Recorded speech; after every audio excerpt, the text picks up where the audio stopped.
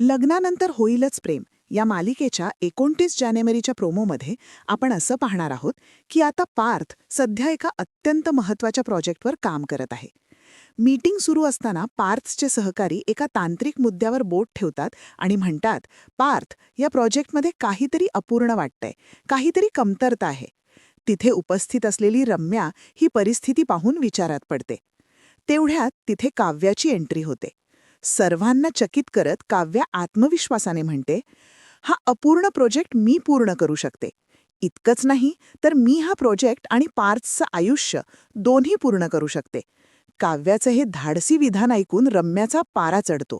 ती रागाने उभी राहते आणि काव्याला सुनावते, काव्या, ही बिझनेस मीटिंग आहे. इथे तुझं हे नाटक चालणार नाही.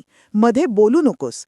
पण सगळ्यांना धक्का तेव्हा बसतो जेव्हा पार्थ रम्याला थांबवतो आणि शांतपणे म्हणतो, थांब रम्या. पार्थ नजर रोखून काव्याला विचारतो, बरं, तुम्ही हा प्रोजेक्ट कसा काय पूर्ण कराल, काव्या पार्थ देशमुख?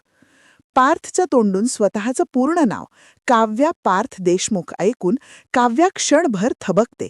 तिच्या चेहऱ्यावर आनंदाचे आणि आश्चर्याचे भाव उमटतात. ती हळूच विचारते, काय म्हणालात तुम्ही, काव्या पार्थ देशमुख?